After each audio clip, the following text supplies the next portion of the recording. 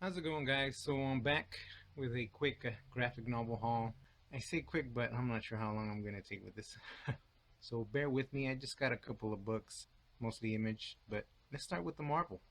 Yeah, I got some Marvel for some reason. So here we go. I have the Immortal Iron Fists, plural. And if you've read Andrews's Iron Fist, the Living Weapon, this basically takes the characters and develops them a bit more, especially Pay. Spoilers if you haven't read The Living Weapon. Pay is a new character which I think Andrews created. So by the end of The Living Weapon, we find out that Pay is also endowed with the Iron Fist. Andrews is not doing the art. We have Afu-chan, which I'm a big fan of. If you've ever read, what was that called? I can't remember. I think it was from Boom or IDW. Anyways, I'll try to look it up. But he does some great art here, especially. Even the colorist Shelly Chan does some great stuff with the art. Like I said, we get Pei. She's living now with Danny, and it's basically sort of a big brother little sister or kind of father daughter story that develops, and it was pretty cool. She has to learn how to live with her powers. She comes from is it Kunlun? Kun? She comes from the other place, right, where Danny was at. And now she's living in New York. She has to go through school life, being a kid, trying not to fight. Within that story, we get, of course, her developing the Iron Fist and so on and so forth. Great art. If you enjoyed The Living Weapon, I'm sure you'll jump on this. And if you like Efu-chan's work, I highly recommend it. It is first time in print. I guess it's one of those digital things that Marvel is doing. Like I said, if you enjoyed The Living Weapon, this was a great follow-up to the story. Great character development. He knows how to write this weird actiony slice of life sort of tale there. I move on to the three image books. I picked up The New World. I was kind of excited because I wanted to check out some more Tradmore. And then I realized this is written by Alex Knott. So when I saw Alex Knott, I was like, oh, not again. As you might know, I wasn't a big fan of Generation Gone, which is also by Knott. I think that's how you say his last name. I decided to power through it because of Tradmore's art. It is colored by Heather Moore. I'm not sure if that's his wife, his sister. But then we have this other category here, flatteners. And we get several people doing flattening. Can somebody explain what flattening is? Because if it affects the art, I am not a big fan. For me, I think Tradmore kind of peaked with All New Ghost Rider. I really enjoyed his stuff on Luther Strode. The first stuff he did with the first trade of Strode's was great. And here we get moments that are pretty cool, but for some reason his art feels a little flat at times.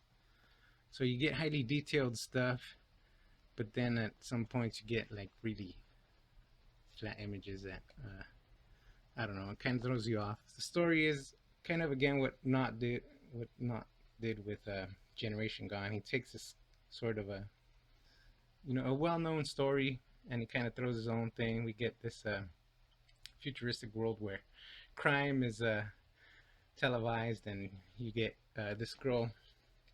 She's kind of an enforcer, so she has to go out, kill the bad guys, all that stuff, and it's all televised. But of course, she doesn't kill, and our main, the other main guy, which she falls in love with, is kind of the baddie, the hacker, trying to free the world, and blah blah blah. And his dad is great. He's like a Wolverine character, which I thought was kind of cool. And he actually kind of looks like a Wolverine. If I could find him somewhere. Yeah, so he has this kind of Wolverine look. He was like a special ops kind of guy before. It's a whole story that doesn't really matter. By the time I got to the end, I was like, this was another Alex Knott's story that I didn't really care for. So I'm moving on.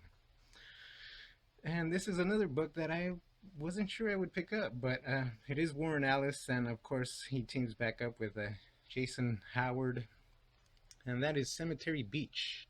I didn't know what to expect from this.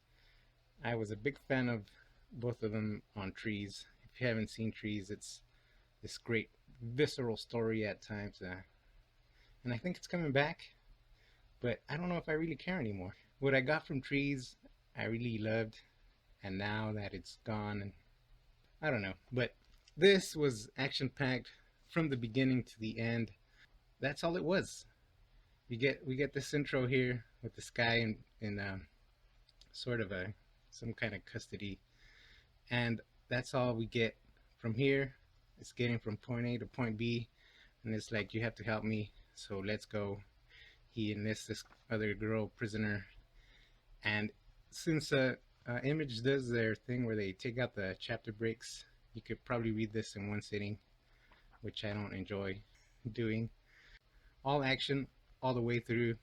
By the time I got to the end, I was like, I'm kind of disappointed, but I'm not, because I love the way the pacing went. And it ends sort of like in the middle of the story, where like, hey, we just did all the action in the beginning, but the story isn't over, so we'll catch you guys later. I don't know if it's the perfect analogy, but kind of like taking Terminator and ending it where Sarah and Kyle get into the car, and all they'll say is like, "You're gonna save the world, Sarah. Your son saves everyone," and then cut to credits, something like that. It feels kind of weird. I enjoyed reading it very much. Howard's art is great. At some points, it felt a little jarring. There was segments where his panel layouts didn't really correspond, and then there was parts where his panel layouts were great. You'd go from panel to panel to panel, and you could read the story without the words, because there's a lot of it that doesn't have words in here. Oh, another great thing about this is actually the end. We get all this great cover gallery, which pays homage to a lot of Image's great titles. Of course, we get here. Actually, that's Spider-Man, right? And he's doing it. He puts this little thing where he says, like Todd. So it was like Todd McFarlane here. Kira gets thrown in there, like Otomo. I think probably my favorite was, where's it at?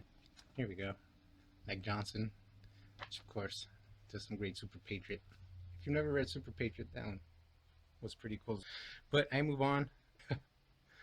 Last Image book I got, one of the top graphic novels I've read, or trades I've read so far this year.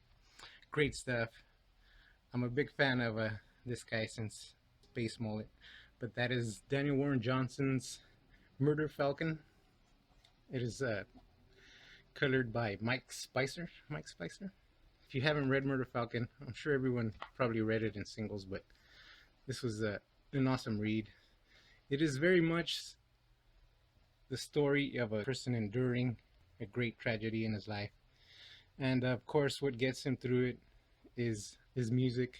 Most people would agree. This guy, of course, loves the metal. So I would say that there are moments where I think he references metal in ways that I don't understand, because I'm not the biggest fan. It was very reminiscent to sort of to Rumble from John Arcudi.